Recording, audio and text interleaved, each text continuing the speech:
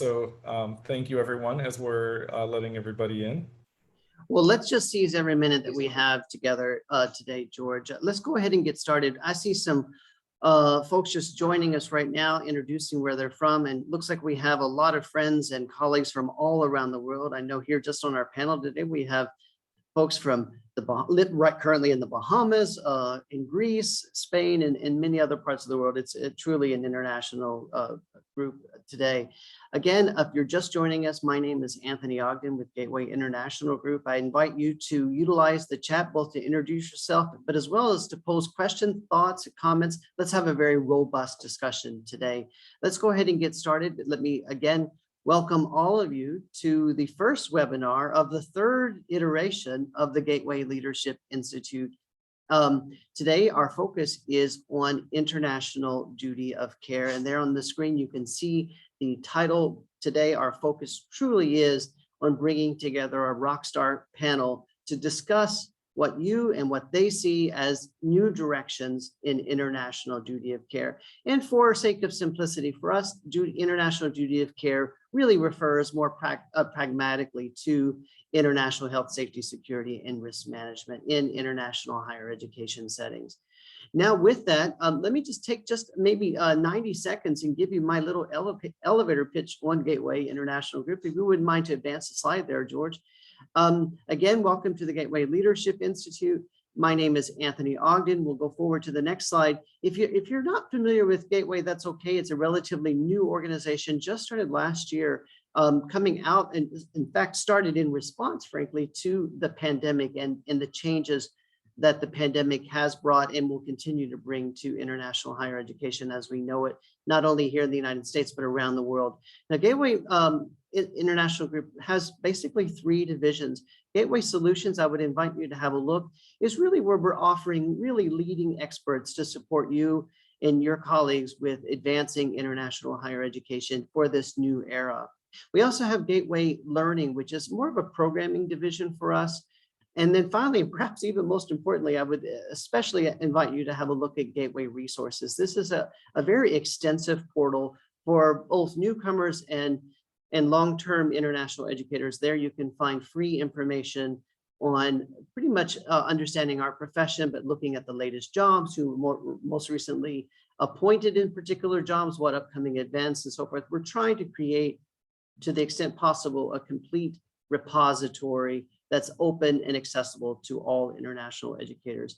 And with that, we need your input and suggestions. So please, there are numerous places on the website where you can offer your announcements of whatever it is that you'd like to share. So please use that. And then also while you're there, you might notice at the bottom of the page, we have a link to our Gateway Edge newsletter. If you'd like to subscribe to that newsletter, feel free to do it. It's just once a month.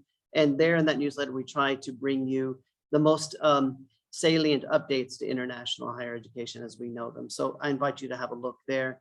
Now, today, to advance the slide there, George, if you don't mind,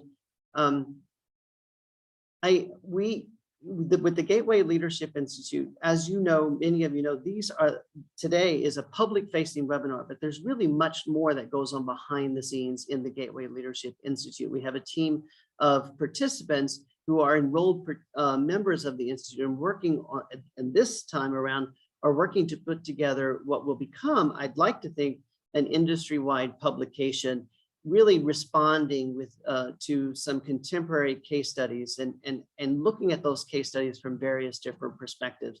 Now, participating in the Institute or participating organizations who are really leading or who are seen as true leaders in international higher education, especially with regard to international duty of care, are these sponsors that we've selected and invited to participate in the Institute. And throughout this webinar today and going forward, you'll be meeting more of these folks who really do have that wisdom and professional experience that are contributing in real meaningful ways to this discussion. They are Arogami, GL Blue, International SOS, Gallagher, and Teradata. These are names that you're probably already well familiar with, but if you're not, feel free to visit the Gateway's International Duty of Care Marketplace and you can learn a bit more about these organizations. So we really are very grateful to all of them for participating in the organization. the Institute this time around, and their support has actually made it very possible to offer the Institute affordably to many of our participants. But they're not alone. We also have a number of other organizations who may not be as actively involved in the Institute, but are certainly contributing to the advancement of our profession. And they are Off We Go, Cigna, Peter F. May Consulting International, World Strides, often you might also know World Strides with IS-18 and other organizations within that really wonderful umbrella, On Call International, and Verify Ed. I would invite you again to look at our marketplace, and you can learn more about these organizations and what they're offering and what they're able to do for the advancement of international duty of care. So with that, let me now turn to today's moderators of the webinar today. We have Dr. George Kasenga, we have Dr. Rosa Almaguera, and I'm very pleased to say we have with us Grace Glancy, a current intern with Gateway and a current master's student at George Washington University. If you're not familiar with the international education program there, you really ought to be familiar. They're really producing some true upcoming leaders that we're going to see and hear a lot from, including Grace. So Grace, Rosa, George, thank you so much for being our moderators today. And over to you folks. And thank you so much for the warm introduction, Tony. And thank you to all of our partnering organizations and sponsors. We want to get right into the substance of today's presentation for everyone who's joining us today. During the course of the presentation, please use the Q&A feature of Zoom to post your questions. In some cases, our panelists and participants will be able to answer in real time. However, we will reserve a period of time at the end of the hour where we will address that Q&A directly. So if you could put it in chat, use the Q&A. But without further ado, I want to get right to our experts. So joining us today for our presentation, we have Elliot with GeoBlue. He's the manager of international compliance and vendor management. Henning is joining us with International SOS, where he's the security director. And then, of course, we have Dan joining us from Arizona State University, where he's the associate director for international health, safety, and security. Leading experts both in industry and in academic settings to really advance our understanding for new directions in that crisis response and duty of care space. So thank you so much to our panelists for being here today. And we're going to start by passing the baton over to Elliot. Thank you, George. Let me just. Of course, thank you, sir. Let me just show you my slides.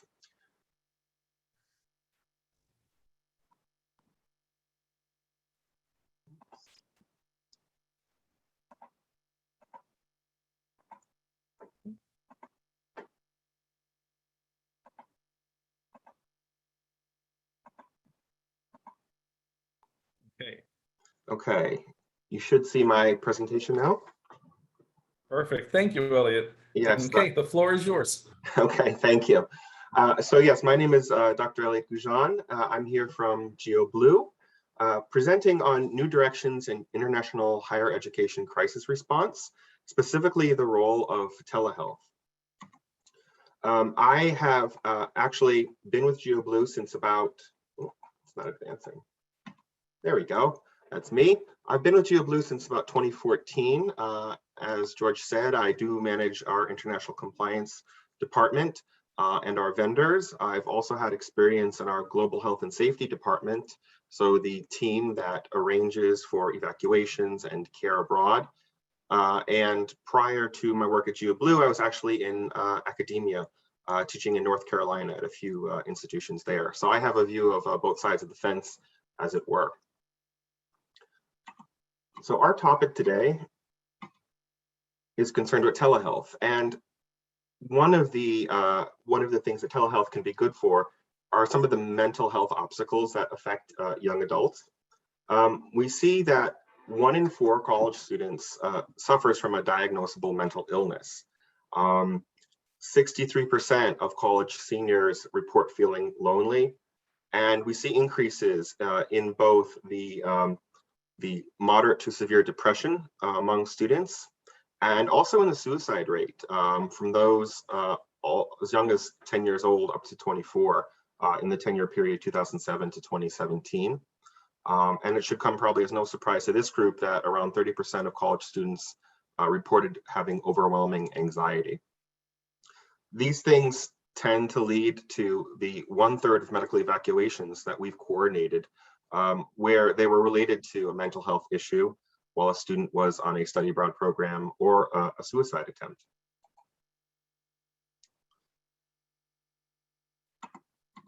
The risks can be many.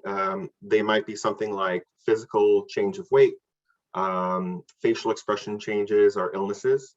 They might be behavioral. So there might be anger or sadness, different changes in personality, emotional, mood swings, excess excitement, melancholy, or academic, declining grades as we might expect, tardiness and skipping class. Some of them are more indicative of distress than others. For example, a change in weight is probably more important to notice than missing a deadline. But it's important to recognize that these signs exist, and seclusion, as we saw during the pandemic, can be a hindrance to detection.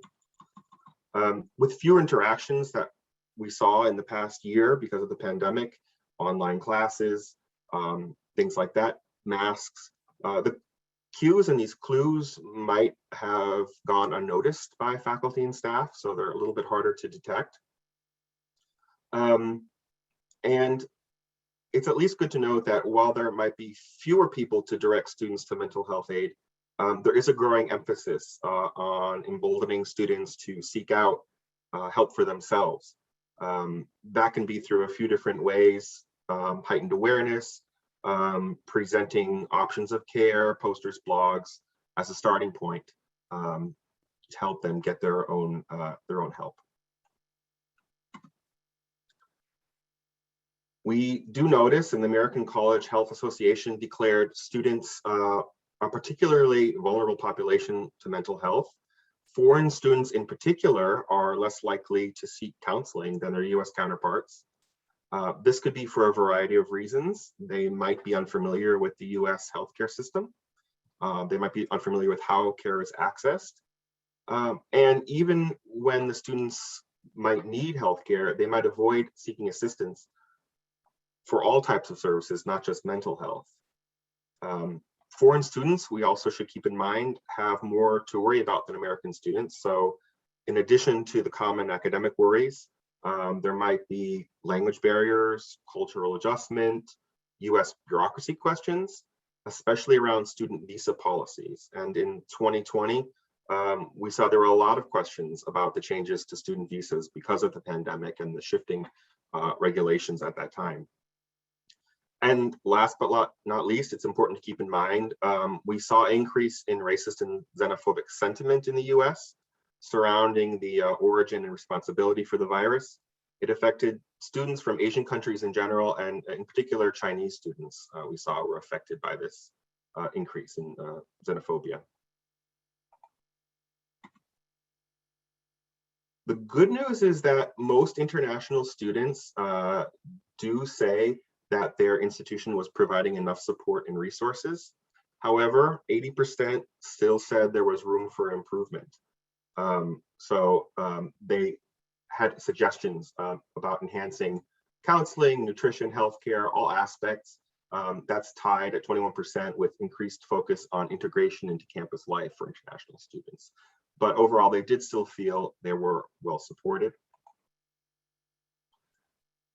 And with the global pandemic, we did notice that telemedicine played an increased role for accessing care. So it's important here to distinguish a little bit between telehealth and telemedicine. So telemedicine, as a quick definition, using telecommunications technologies to support the delivery of all kinds of medical and diagnostic and treatment related services, usually performed by doctors. Telehealth is similar to telemedicine, but includes a wider variety of remote healthcare services beyond just the doctor-patient relationship. So social support, troubleshooting health issues, stuff like that. And we can just focus on just telehealth in the pandemic. It was such a big change, how physicians incorporated it into their practice, how some of them have made it now permanent as an option. But we can definitely agree, I think that it's really became a big necessity in 2020. It really push telehealth to the forefront. We did see an increase in the adoption of remote care. So we saw an increase to 46% of people using telehealth services in 2020, 46% compared to just 11% in 2019. And our global TeleMD solution had a 68% utilization rate as of August 2021. So it definitely was given an incentive by the pandemic. We should keep in mind, telemedicine does have its limits. So it's for non-emergent care. When it comes to mental health questions, it's a bit grayer. So for an example, if someone is about to commit suicide, they have a mental health emergency, a conversation, although in person is preferred, might be the most important first step. And a telehealth consultation might make a difference in the ultimate outcome, especially when time is a factor. When we're talking about telehealth, the location, the preferred language, and then even local regulations in a foreign country will all be taken into consideration at the time of the consultation. But students will, at a minimum, have a telemedicine conversation with one, a doctor, and two, very important, in a preferred language. So they can communicate their needs without having to worry about, the exact vocabulary they might need to describe their situation.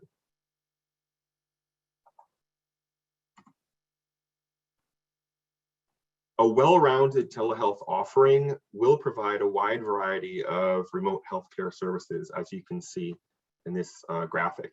It's not limited to, it includes patient health education, social support, remote counseling services. 75% of all healthcare costs are tied to lifestyle behaviors that can be modified, according to the National Center for Chronic Disease Prevention and Health Promotion. And it's also important to remember, since our populations are scattered across the globe, these services have to be available to members 24/7, 365, wherever they're located.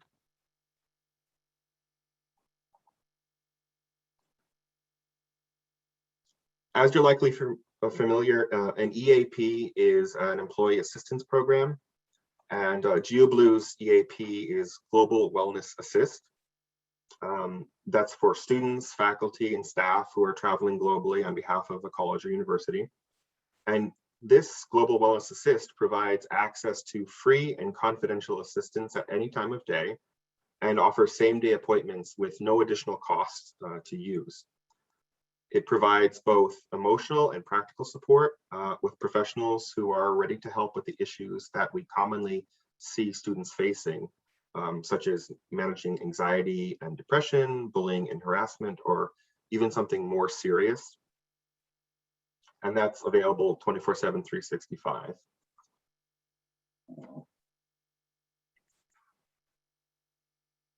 Telemedicine services, global TeleMD, are increasingly a vital component towards supporting health and wellness of students. So it's important to remember, it's not just getting care remotely and the convenience, but these doctors can provide prescriptions locally. They can provide referral letters if the person calling needs to go to see an actual doctor in person. And they can even provide, upon request, notes for students that require a written excuse for an absence due to an illness. And all these services, they don't result in any insurance claims, so it's a very cost-effective solution in addition to being very convenient for everyone involved. When we look a little bit at the data that we see for global TeleMD, we see that 57% of the interaction is via telephone, as we would expect. But also, it might be interesting to note that 33% is a video consultation. And this could just be the doctor, just seeing the face of the patient and talking to them. It also, depending on the diagnosis or the particular condition, could involve something like a dermatological check, even over video, with a possible referral to an actual in-person doctor. And 10% of those outside a follow-up call. We see most of the use being in the US, UK, and Canada. And you see the rest of those rounding out the top 1, 2, 3, 4, 5, 6, 7. Most of these, and the takeaway you can see here at the top of that breakdown, are general medicine. This is kind of what we would expect for people who really aren't sure what's wrong with them. They're calling in and getting some assistance. Number 2, right after general medicine, is COVID-19. We did see, of course, an uptick in that. People did have questions about COVID-19, and the doctors at Global TeleMD were able to assist with referring them to, to seek a test locally or questions like that.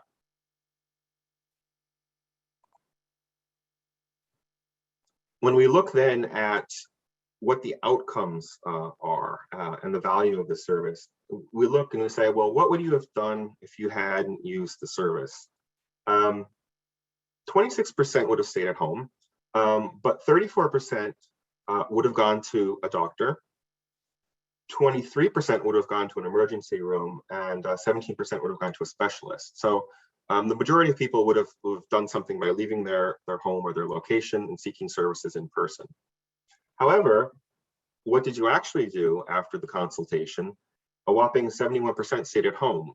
So this tells us that the consultation was enough to either allay their fears or get them that prescription they needed, or something that was preventing them then from having to go and seek services at an emergency room, which might have been experiencing high numbers due to the pandemic, or trying to get a GP appointment at a time when GPs are very much in demand or might have limited office hours. So it was very helpful to the population that actually used the service in reducing visits to actual physical locations. Some people, yes, still ended up going to an emergency room or seeing a specialist. And the reasons for that, might not be super clear from the data, but it could be from a few things. It could be the person who got the call, wanted a second opinion, ended up going to the emergency room anyway, but also it could be the doctor on the telephone call saying, this is serious, like you should go to an emergency room, or this can wait, you should book an appointment with a specialist. And that's why we still see people taking those options after their telehealth appointment. The surveys we've seen, the patient testimonials, do back up what we've also experienced. A big common denominator here is convenience. It comes up and again. People really do like the convenience of not having to leave their house.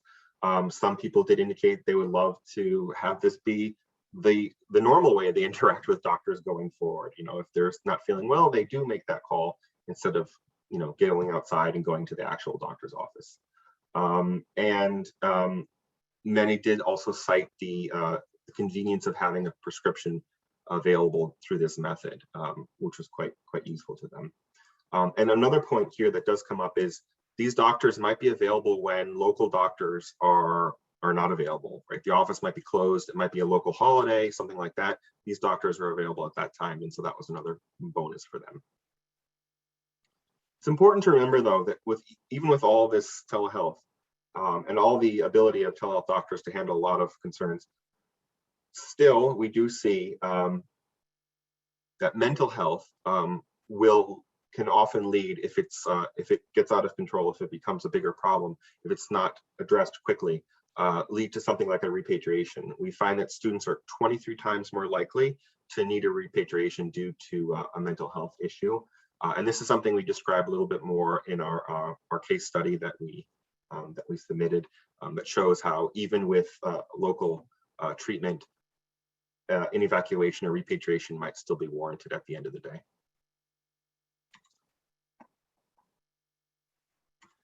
So that's my presentation on telehealth, telemedicine, and GeoBlue and what we offer. I'm open to any questions if anyone has any about any of the information here, something maybe I didn't address. Well, and thank you so much for that, Elliot. What we're asking our participants to do is to put those questions into Zoom's Q&A feature, and then we're going to address all of those collectively at the end of the session. Okay. So thank you. You really offered and introduced some really thought-provoking statistics. So really appreciate that. Moving on to our next panelist, we're going to be hearing from Henning, the security director at International SOS, who's going to advance this conversation. And so thank you so much. Henning, I'll pass the baton to you. Great. Thank you, George. And great to be with everyone. And I've seen in the messages some exciting places from Istanbul to Greece and to the Netherlands. So great for everyone to join us from all over the world. Just to start, as you said, Henning Snyman from International SOS. I'm based in Northern Virginia, and I think you can pick up from my accent, I'm not American, I'm actually South African. Spent time at Macquarie University in Sydney, Australia. Worked with Wits University in South Africa as well. And great to be here. And we had an interesting quick discussion before the panel started and regarding the theme about the new direction. And is it a new direction? Over the last 18 months. And I think just to start off with, I think interesting and a positive, if there's one positive out of the last 18 months and on the back of the pandemic is duty of care has really come to the fore as a topic of discussion and research. And I think so many organizations took the opportunity to look at their duty of care, look at crisis response, look at evacuations, and their overall travel risk management approach organization-wide. And it's not only with higher education and universities, it's across the board. From our client base is very wide, from defense contractors, NGOs, schools, universities. Everyone, I think, understood that they need to take those plans off the shelf, start thinking of how do we respond to a crisis. And I think everyone on this call has responded to a crisis. Is there anything new in risk management? I would almost want to say no. I think we had to take the plans off the shelf, relook at it, rethink about how we respond to a crisis. And I think that is a very interesting way out of the pandemic, as we go out of the pandemic, or kind of. We're not sure where we are, to be honest, as we're entering winter in the Northern Hemisphere, and there's so many unknowns at this stage. And I think to start off with, duty of care means there's a moral and a legal obligation from organizations to fulfill their duty of care. And I think what happened the last 18 months, there's been a massive focus on COVID-19 and the pandemic. And what COVID-19 has done, and we looked at it during our global risk outlook as well at the beginning of this year, is that COVID-19 and the pandemic has skewed. It's almost like the light going through a prism, and it skewed the light going through. And a lot of organizations, a massive focus on the pandemic, on travel restrictions, and rightfully so. I think for the first time, we globally, everyone were affected. It's not a remote incident or remote crisis that organizations needed to manage. It was everyone were affected. And I think that's the big difference, and what we've seen over the last 18 months.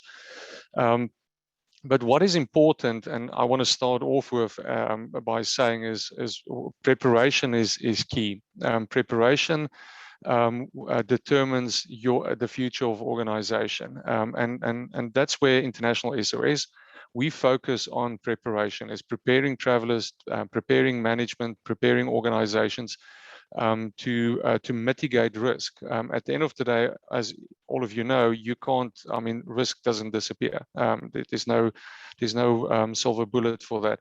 You've got to prepare for the inevitable. And I think that's a very positive point as well. The last 18 months, it finally happened, that the globe was affected. And once again, preparation came to the fore, and preparing travelers, preparing the organization how to respond. And respond is a very small part, and I think that's key as well. Respond is a very small part of crisis management. It sits right in the middle, and when we go to the second slide, I'll show you where it sits and why preparation is so important. the important part of where we're going, and I think the last 18 months has proven this, is destination assessments. Know your environment that you're going to expose students to, staff members to, and know the environment where you're going to manage the crisis in. And that's the important part. And where do we start with that? And the base for this is country risk ratings. All the other risks that we've managed pre-COVID still exist, and they've actually been magnified because of COVID-19. We've seen the last 18 months, we've seen coups, multiple coups. We've seen natural disasters. We've seen changes in governments. We've seen protests. We've seen there's the socioeconomic changes that's still not truly understood what the impact will be going forward. So the basis of preparation will still be country risk ratings. If a country were at a medium or high level of risk, both medical and security-wise, post-COVID, they're not going to be anything else. By 90% of the times, they will actually have, the risk levels would have gone up. So really important to understand the country, understand the risk rating, and that's the base of any assessment. Then travel restrictions, it's going to be with us for a very long time, unfortunately. And travel restrictions is actually the easy part of this. Why I'm saying easy is if a country is closed, there's no further risk assessment. You can't travel and you can't enter that country. But understanding travel restrictions, how fast they change, how dynamic it is really important for organizations to understand as well. The public health status in a country. We've seen, I think, something that's new as well. We've seen developed countries with really well-developed medical facilities, medical standards, also struggle to cope with the pandemic. And I think that was a massive eye-opener for organizations that found themselves in those locations. I think back of Italy right in the beginning, high income area, where was hardest hit in Italy, and how the health system weren't coping, and everything else that brought on. And I think it's not only about the pandemic, it's not only about the ability to evacuate a student that's COVID positive or needs attention. It's also about if you're in a car accident and you need emergency health care, will the health system be able to cope with it? Will you be able to find a bed? All of that needs to be taken into consideration. The socio-political issues we've seen come to the fore the last few months. I think it's just going to grow. We've seen crime increase in many countries. So that's got a huge impact on your risk assessment, what you can do, what you're going to look at, what you're going to take into consideration. And then the emerging security risks as well, that goes hand in hand, where countries are going through socioeconomic hardship, crime is on the rise, and what will that how will that influence your travelers and your students that's exposed to that? And I think something that I need to bring up here as well is that with COVID-19 and the pandemic, and especially for travelers out of the US, where we see the US at this stage with still high figures of COVID-19, it is still a crisis. Traveling out of the US, the reputational risk as well, organizations need to think about, are they traveling from a high risk to a lower risk? What does that mean for the organization? From an exposure point of view, sending students from a high risk area to a low risk area, for instance, a low risk or a low risk host country or city or town or institute. So all of that needs to be taken into consideration. And infrastructure overall has really been affected the last 18 months. And all of this is just part of what needs to be taken into consideration. George, you can go to the second slide, please. It might be a small delay. There we go. And this is basically the life cycle of a crisis, and the beginning parts, the business analysis, so that the prepare phase of a crisis. is the most important, and that's what we've got the most control over, is actually preparation, is how do you prepare for a crisis. And I think the important part is not only what the organization will do, but does your staff members and travelers and students, do they know what is expected from them? And we always talk to our clients about not only duty of care, but there's a duty of loyalty as well from travelers, which is an important part. Is what is expected from travelers, what is expected when you travel to a country, and that's where your personal risk profile comes into play as well. Is how does your profile have an impact on the risk assessment and then on your preparation? What do you need to do to mitigate the risk to you as a traveler, as an individual? And this is where preparation is key. As you can see, the incident is one part of it. Preparation is a huge part of preparing for a crisis, understanding on what the organization will do. Your travelers should know what is expected from them, and how do you communicate this? And also make sure that you have the tools to actually react on your plans. Do you know where your travelers are? Can you communicate with your travelers? And that's all part of the preparation. The incident what we've been doing the last 18 months is, to a large degree, we've been responding to a crisis. And within that response period, I think a lot of organizations are really looking at how do we prepare? Are we prepared? Are our travelers prepared? And this is all about, and how do we exercise this? How do we test our systems that's in place? Do we actually know our plans, or do we pull the plans off once the crisis hits us? And that is important, is to understand. It's almost like organizations build up muscle memory when it comes to crisis response. You've got to exercise it. And then also the crisis management, and this is what we're busy with now, is going through the pandemic and everything else that's associated with it, and the normal crises that we've seen the last 18 months across the world. And then the business continuity is, how do we recover from this? How do we move on? Do we actually take the lessons learned during that response phase, and we reintroduce it almost like into preparation again? Do we take that, or are we going to be caught offsides again in 24 months, in 36 months, when the next crisis develops globally? And hopefully we won't, because we've seen all of this before. And I think there's a lot of new direction. I think that there's an invigoration of travel risk management, how organizations look at it, which is fantastic. And that's what we need, and that's part of that preparation. So hopefully over the next few months, we'll come out of the current crisis that we're in, and we would have learned lessons and take this forward. And I think a very important part that I just want to emphasize as well is you should be able to account for your actions.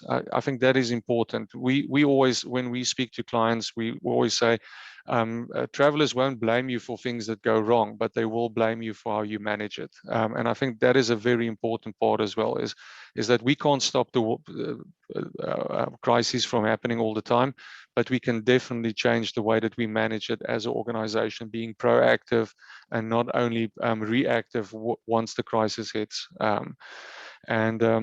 Hopefully we will have a few questions going into the Q&A session, but George, I'm hoping I'm on time.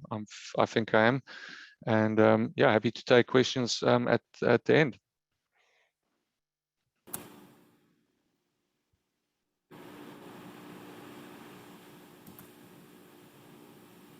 Well, thank you so much for that. That was an excellent presentation. And again, we are going to save time at the end for questions, but please use the Q&A feature.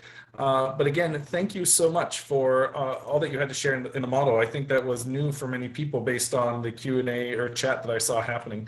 Our third and final panelist today is Dan, the Associate Director of International Health, Safety, and Security at Arizona State University. Dan, may I pass the baton to you? Yes, please. Okay. There we go. Well, good day, everyone. It's morning where I am here in the Sonoran Desert. Because I just spoke, my dogs who are locked outside barked. I hope that wasn't too loud and doesn't happen often. Again, I'm Dan Hart. I work in the Global Education Office at Arizona State University. This is the office formerly known as the Study Abroad Office. I am going to take a slightly different tack from my colleagues in terms of the content that I'm going to present to you. You can see here on the slide, I really only have four slides to work through together, and you can see the themes here on the screen. I think it's important context as the kind of token representative of sending institutions in the US to sort of provide some details on what my institution looks like. 119,000 plus students. In other words, we're enormous. I don't know what percentage of our students are international students, but for a number of years now, we've been, I think, the largest public institution. Although my content will really focus on the outbound side, sending our students abroad. In terms of that profile, you can see our open doors relevant statistics here towards the bottom of the screen. We do send a fairly large number of students outside the US. That 2,600 number really only represents the number of students we can count in open doors. My team supports not only students participating in our education abroad programs, but we also we have a travel registration system, and so we also provide some support to ASU students who are traveling outside of the US on all kinds of other activities. In terms of our education abroad profile, this is relevant to what I'd like to talk about. That bottom right number, the vast majority of our students who are traveling abroad are going for short-term experiences. And in terms of our open door statistics, that means primarily summer or kind of academic break faculty-led programming, which of course represents a significant financial risk. I would suggest that it also represents the programs on our menu that incur the greatest duty of care on our part, because we are really the sole responsible party for them while they're engaged in these activities. So what I've tried to provide here are some of the things that we've done over the last 18 months as we've tried to wrap our heads around how do we re-engage with international travel. We had a few hundred students abroad in the spring of 2020 that we had to bring home. We took a substantial financial hit, as many of my colleagues at other US institutions certainly have as well. And we did have some time to prepare to re-engage. What I'd like to note is that our senior leadership had given us direction very early on in this pandemic to be as flexible as possible in terms of re-engaging with international travel. And really what that came to mean is, if they'll let us in, then let's go. And of course, those of you who are on this webinar who pay attention to things related to international risk management know that there are many other factors to consider. But we were really given a green light early on. If you can get into that country, send our students there. I think that's a useful note for me to make. So as you saw in the previous slide, we have a significant proportion of our students participating in our faculty-directed programs. And one of the things that we worried about a lot early on is, when we were working with faculty to re-envision and repropose their programs for terms subsequent to summer 2020, we really needed to think through, what are we going to do if one of our program leaders can't travel because of a COVID diagnosis at home? Or what are we going to do if they get knocked out and have to quarantine during their program? And one of the things that a lot of other institutions were already doing, but we were not, was establishing a formal process by which our program leaders would identify backups to serve in their place. And we're calling this an academic continuity plan. This is something that we created specifically in the context of COVID to manage some of those concerns that we were having, but it is something that will live on beyond COVID. So this is something that if other institutions who support faculty-led programming are not doing, it's something I would certainly strongly recommend. we really wrestled also with the number of programs on our menu that visit more than one country.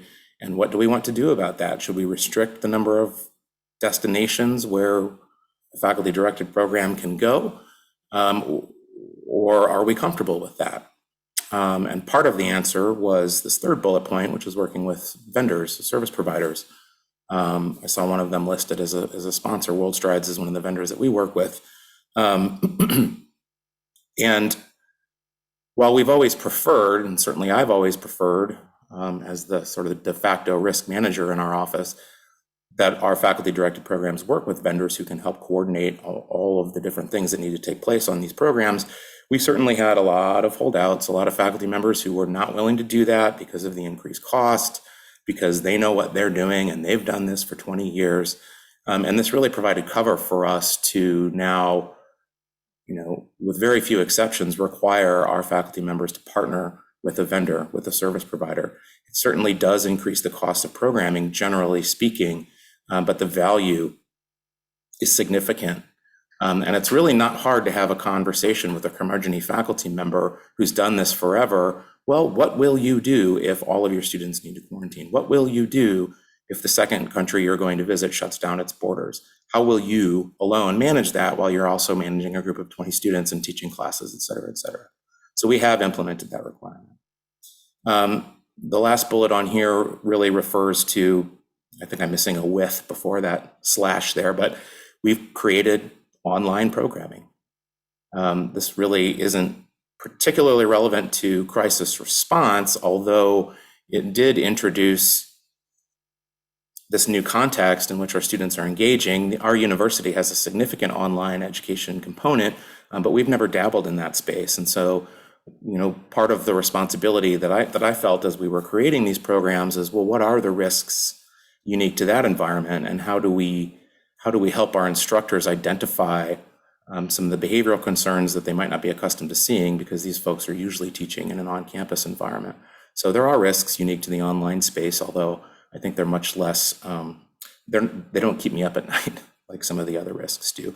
But this has been a boon for us. This is what's really saved our hide. I mentioned that we lost, maybe I didn't mention, we lost an awful lot of money as we pulled students home in spring of 2020. And with many, many months without international mobility, this was a solution that allowed us to serve a huge number of our students. You can see over 800 participating in this type of program. We have found that these are different students than those participating on our mobility-based programs.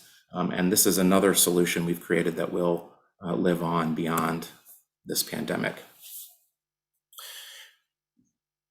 We were somewhat fortunate in that our prior insurance contract was coming up, and we were right at the end of an RFP cycle. And so our need to issue a new request for proposals for our international insurance policy kind of coincided with the COVID pandemic. And so we were well positioned to be able to look for some new benefits that we did not previously have written into our policy, such as quarantine coverage or trip interruption, trip delay coverage. We never had anything like that. And so as we were reevaluating bids from insurance providers, that was an important thing for us to look for. And we were fortunate enough to be able to add that into our insurance policy. So we do now have a benefit. If somebody tests positive, or somebody is exposed, or somebody is symptomatic, there is a benefit now to help offset the costs of their single housing, moving them out of their double room, which is usually the case, feeding them, et cetera.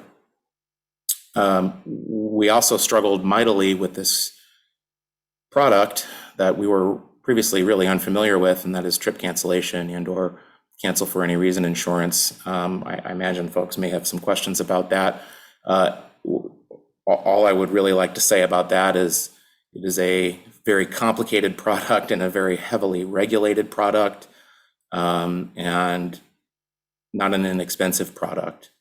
But it was something that we felt was important for us to facilitate for our participants, particularly because we could not have the same kind of flexible cancellation policies that we had pre-COVID. At that time, if we canceled the program, whatever the reason was, the students would get a full refund. Well, the result of spring 2020 is that those funds were completely depleted. So we really had to kind of stick it to the student participant. If we have to cancel, it's on you. And so we tried to offset that by facilitating students' enrollment and like a group enrollment in these individual trip cancellation policies. I glossed right over my first bullet point, which is important. We have an international insurance plan. We provide it to all participants in all of our faculty-directed programs, at least those outside of the United States, all of our international exchange programs. But for some of our, we call them partnership programs, you may call them affiliate programs or third-party provider programs, we would often defer to our partner's insurance policy. We would not require them to take our insurance in addition to the insurance that's required by that provider. We've changed course on that over the last 6 to 8 months, and we are now providing, beginning with spring 22, we'll be providing our insurance coverage to all of our participants. And that was an important step for us to take for a number of reasons, which I can articulate over a drink sometime. COVID-related medical benefits, I think, we just had to examine and ask a whole lot of questions about how does this work? If somebody needs to be tested because they've been exposed, what can our insurer do? What can they not do? When is a test covered? What about those tests that they have to take in order to enter that country? What about the tests that they have to take in order to return to the US?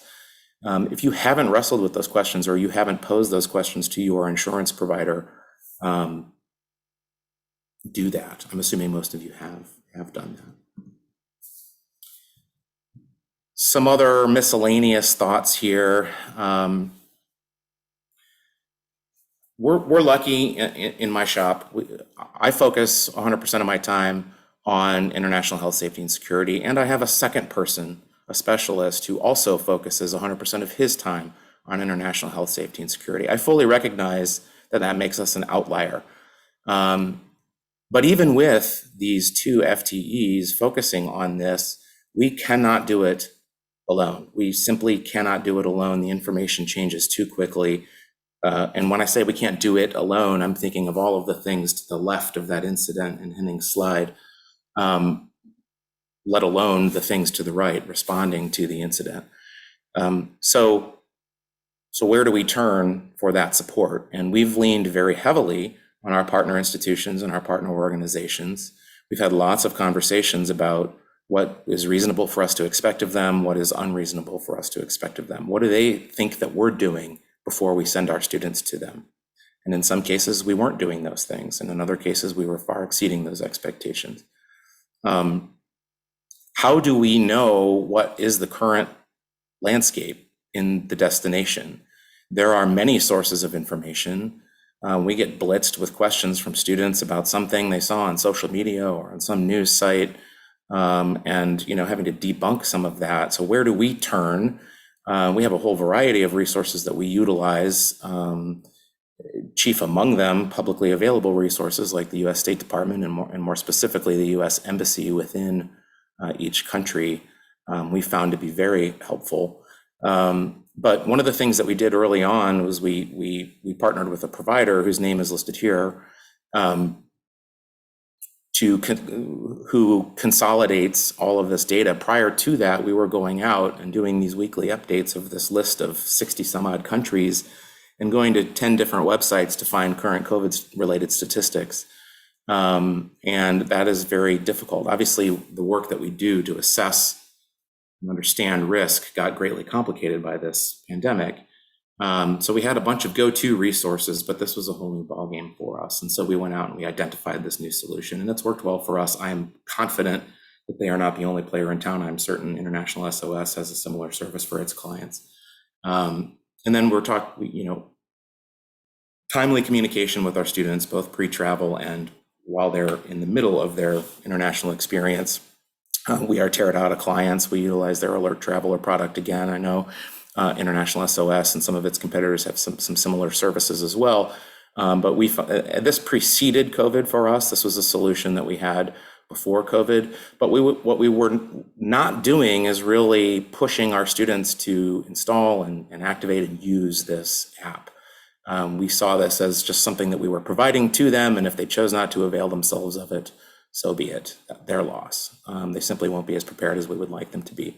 Over the last 12 months or so, we've really pushed to increase compliance there because this is an important part of our risk mitigation strategy. All right. Perfect. Thank That's you all I got, so George. much. Yeah, it was wonderful. Thank you so much. And we have a lot of rich questions. So I'm going to transfer to my colleague, Rosa, to facilitate some of our Q&A. Thank you so much to all of our panelists. And we have plenty of questions, but let me try and get one for each of our panelists. There's one for Elliot from GeoBlue, and that is a question about, are there any costs associated with using telehealth?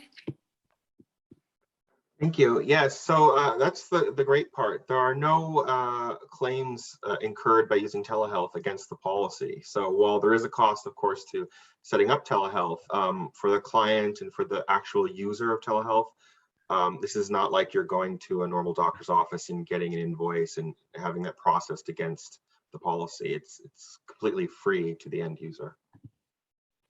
Can I just jump in and add just a comment to that, Rosa? Earlier this year, in the month of June, I was able to spend some time in Colombia. And while I was in Colombia, I got a little sickly, so much so that I thought I needed to go to the doctor. I was kind of scared because I don't really know Colombia and I don't really speak any Spanish. And I was a little nervous about trying to take care of that. But immediately I was connected to a telehealth doctor, a local Colombian doctor who talked me through via the telephone an examination and made a prescription, and I was fit. I was in good shape soon thereafter. So it really did work. And I was so surprised by that. I'm just thinking, Elliot, if I can just build on that question, is that really what our international students, especially those that are moving abroad, US students in education abroad, are we going to expect to see more of that telehealth?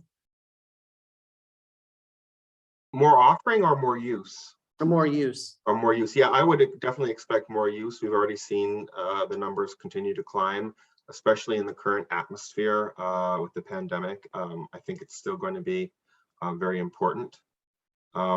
So yes, I would expect that very much. Thank you. And there's a question for Henning. Is it a best practice for universities to take COVID testing kits on study abroad programs for their students, if and when they are needed? And if so, what do the experts recommend in terms of what type of test, what brands, etc.? Yeah, that's an interesting question. And I was actually chatting to one of my colleagues when I saw that question. I personally haven't seen universities do that, send students with the test kits. The challenge with that is that if you're flying, for instance, from the US with a specific test, it might not be accepted in the destination country, etc. There might be legal issues with medical equipment, etc. But I'm more than happy to follow up with one of my medical colleagues to maybe give feedback about that. But I personally haven't seen that. Thank you, Henning. And now a question for Dan. It's, how are you addressing issues of equity and inclusion for the increased cost of programs that now require third-party providers, vendors to run? That's a great question. Perhaps out of the scope of the duty of care discussion, but that is something that is always on my mind. I don't have the current statistics, but a majority of our degree-seeking students are Pell eligible. A huge number of our participants are Pell grant recipients. So this is very much on our mind. One of the things that we've done is identified some central funding for scholarships, because our scholarship pool within our own shop has been diminished because we don't have any money anymore. So that's a piece of it. The other piece of it is really investing more in our short-term programming. So we have programs that are as short as one week, which already have a kind of an inherently low price point. But we're also, I wanted to talk about this, but I didn't really. We're trying to. We've invested so much over the last several years in our faculty-led programs because those generate some revenue for us, and that seems to be where our students want to go. But we are now reinvesting significantly in our promotion and outreach and with regard to our exchange programs, which can be out of pocket for many of our students, particularly our in-state students, a much lower price point than even our summer faculty directed programs. So it's a tough issue, good topic of conversation for a larger conference session perhaps, but that's what I would say off the cuff. Well, thank you so much. And we will be passing all the questions to our panelists to see if they can answer you even when this is over. And with that, yeah, with that, I just wanted to acknowledge for everybody that, you know, Gateway does offer a wide variety of solutions when it comes to duty of care. So if you haven't already, do please visit gatewayinternational.org/duty of care to learn more and to meet the team that works on these things within Gateway. I do want to thank all of our panelists for being here today. It's important to us to wrap up in a timely manner, but this is obviously a rich, engaging, and relevant conversation. So thank you for joining us today. And like Rosa said, we do have these questions. We're going to work with the panelists to see if we can then formulate some additional responses and get them out to the members or participants today. Anything else then, Rosa? no, I think that's all. Well, thank you so much. There was such a rich conversation in the questions and answers. So thank you for engaging with us in this timely topic. Great, thank you. And our next webinar with Gateway, the open public webinar, is on Monday, the 18th, and it's about unpacking the legal ramifications of duty of care across international borders. So we'll be continuing this conversation there. So thank you so much. Have a great day.